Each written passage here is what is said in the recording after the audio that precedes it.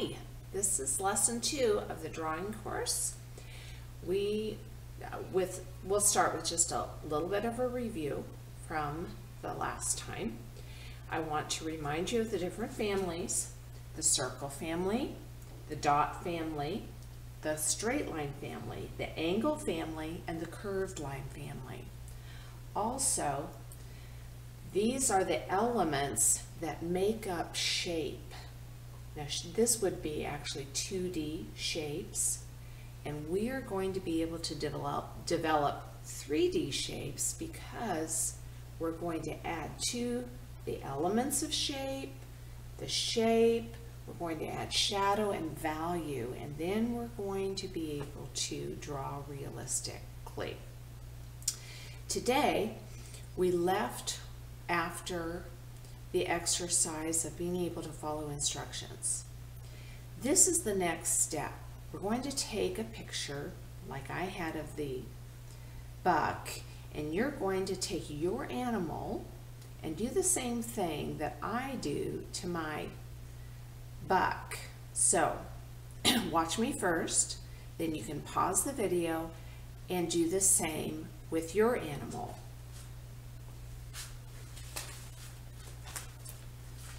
This is the buck, and I'm going to take my markers now.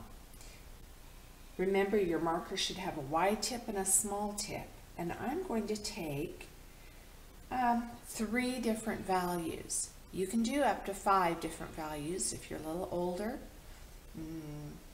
Maybe you see 5 different values in your picture. You can use 5 different markers. Go from dark to light, but first we're going to start with an outline. I'm going to use the yellow for an outline, and I'm going to use my small tip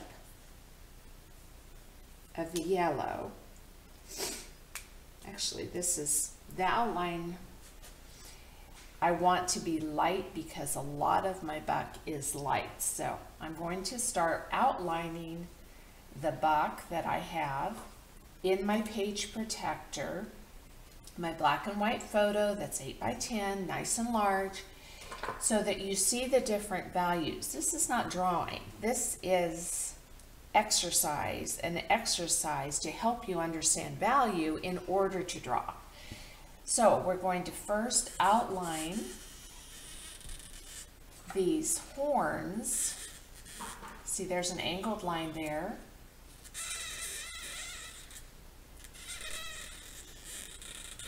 There's a curved line there.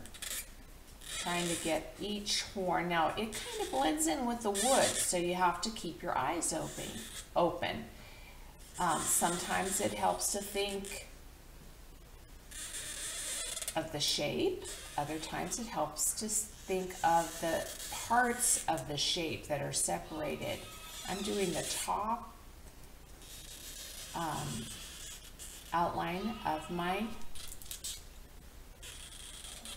antlers in order to just outline the shape. Now when I get down here, I see a lot of value, darker value here, but I'm still going to use my lighter marker to outline my shape. Then we're going to come back with some other markers in order to see the values. I'm outlining his head now, his ears. Can hardly see that. See a tint of the yellow? If I had a white marker, I'd use a white marker. But, as often is the case, there's not a whole lot of white markers out there, and they usually don't come in your pack, so I'm using yellow instead. I'm just outlined his eye, the inside of his ears, shadow, his nose. If you make sure you get the facial features in the outline, it'll make putting in the value of the animal a lot easier. So we have an outline of the buck. We also have outlined his facial features, his nose, his mouth, his eyes, his antlers. We're going to put the outlining marker away. Now, if you have maybe a black dog on a white background, you probably want to use black for your outline instead of yellow. Now I'm going to start with the darkest color, which for me would be black, to pick out the darkest parts of this buck. Of course, I see his nose, I see under his antlers, I see under his chest or on his chest, and maybe some shadows from the woods over here. Those are the darkest part of my animal. So I'm going to fill those in. If I see a line, I'm going to leave that open because I only want to do the darkest parts that I see. There's a line there, a dark line underneath his chin. I also see, now we're going to pretend like there's no woods there. I also see a shadow here on his chest. It's a little darker than the medium color. There's some shadow underneath his ear, behind his ear,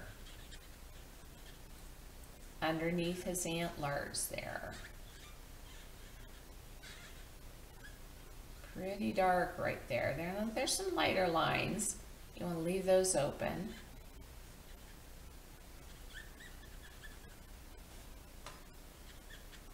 Okay. Now where else do you see shadow? I see some here on his other antler, his other ear.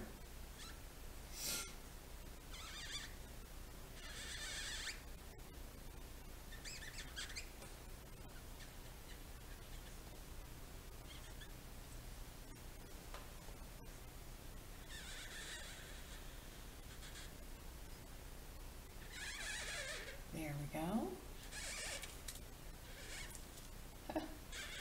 Kind of caught on the page protector.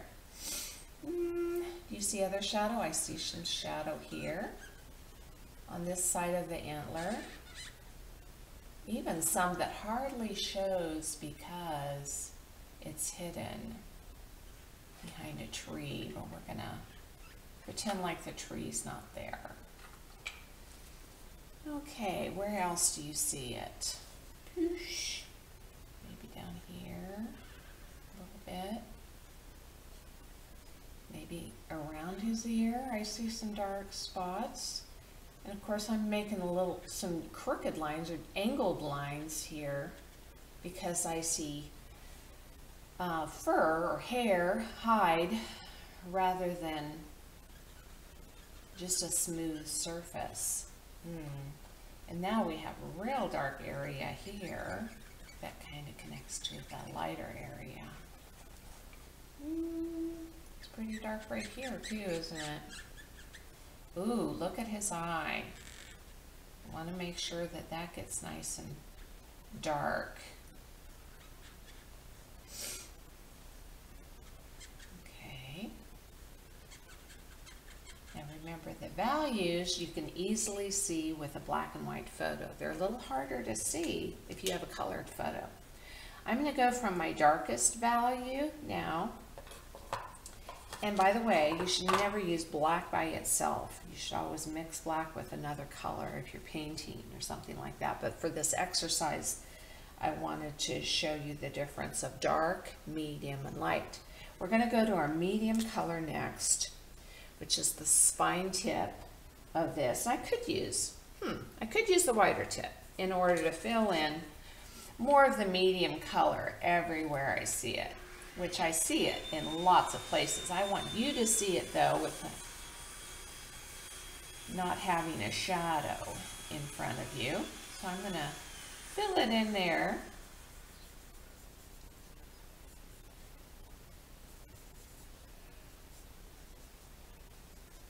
Okay. Now let's put some medium value in these places on his face. Now you're beginning to see regular color of the buck, and you're also seeing the shadow color. Let's see, where else do you see a medium strain? Okay, I'm going to fill these in because they're kind of shadowed. They're not real light. These are very light, so I don't want to ruin that effect. I want to leave those empty for now. I want to add the darker brown color. Where else do you see it? A little bit closer to the head there, mixed with the brown, the black. I'm going to have to throw away this page protector when I'm done because this is not erasable marker. And if you do use dry erase markers, I don't think you're going to have the same effect, but you could try them if you don't have the other type of markers. Let's see what they do. I'm mixing in that medium color wherever I see it. Okay, and just about out. Most of that other ear is a very light color. Okay, now if I had white, I would use white, but I don't, so I'm going to use yellow. This is also the color I used for outline, but now I'm going to emphasize the lighter values of the buck. So we're going to go over the lightest part of the buck with the yellow. Even the light ear, inside the ear, the antlers, wherever you see that light color, almost gives an impression of sunshine, doesn't it? Oftentimes we'll use the color yellow and white mixed together in order to produce that sunshine effect on different things. Let's go around his eyes. Any place we need to mix those up. Then my yellow marker is going to get some brown and black on it because it's not dry completely. Okay, here's a light spot I can do with yellow. Light spot around his ears, on top of his head. Now, I'll take my 8x10 photo out, and you'll be able to see the result. Let's see if I can move this out of the way. If you place your picture, this, I use the back. I'm going to turn this around with a white piece of paper. You can use that white piece of paper. I did this for a second time. Now, this is the result I got with marker on my page protector. I would like you to put your black and white photo inside your page protector. Take at least 3 markers. Older kids, you might try 5. Recognize the values, the different values in your black and white photo, and start identifying them with the colors of your marker. Start with your outline and then do as I did. Proceed with that. Now, in order to go on to our next step, we're going to identify some pencils that you will need. First, there is a 4H pencil. Let me put this back up. I listed them yesterday, and I want you to recognize them again. Your lightest pencil you will need is 4H. A little bit darker than that is a 2H, but it's still a very light pencil. HB is a medium strength of a pencil. 2B is a little darker. 4B is the darkest. If you buy a pencil set, you're going to get a lot more pencils than you actually need. If you buy them individually, you might get a better deal. And you can buy them online if you can't go to a craft store. Now, I'm going to demonstrate one thing we definitely need to understand before we start using these pencils. And that is, I'm going to take the lightest pencil, which is 4H here, and demonstrate what we call a tapered stroke. A tapered stroke is a stroke we'll be using in our drawing class that's very effective in determining value and staying away from hard line. In the line, we need to make sure when we touch the paper with our pencil that it's very smooth and not jagged. It doesn't come down hard. When we touch our paper with our pencil, we want to pretend like an airplane is coming into the runway. And when the airplane lands, I know when I've ridden an airplane, I want to make sure that that airplane lands very smoothly. Now sometimes it hasn't, but usually they'll do their best to land smoothly and not have a jagged entrance. And that's what we want to do with a tapered stroke. We want to be able to come in with our stroke very smoothly. And just, we should be able to recognize where it starts and where it's going or where it ends. As we go up with that stroke, we gradually let it get lighter and upward so that now we have a stroke that is smooth and not jagged and will be conducive to forming value. You have those 5 different pencils, and so we're going to start with a 4H, and we're going to make some patches. We're going to label these. Take out your computer paper.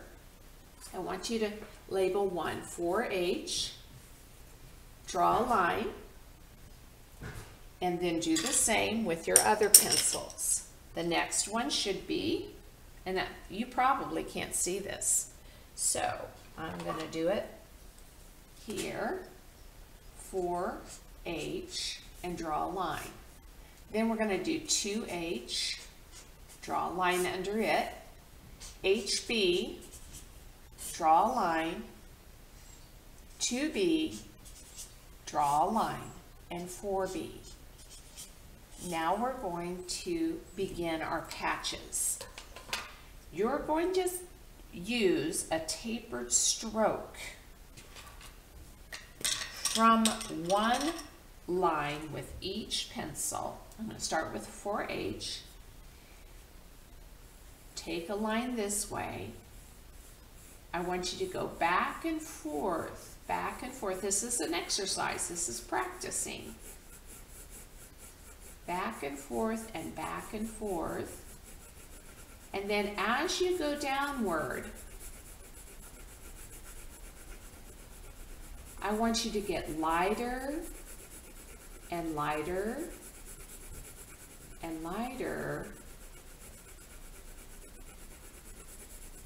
so that you gradually disappear. This is called gradation. We're going from very dark to very light, but with the lightest pencil right here. So as you go further down your patch, you're getting so light that you can barely see this. So light that from a distance, you don't know where it starts and where it stops. You gradually make it disappear.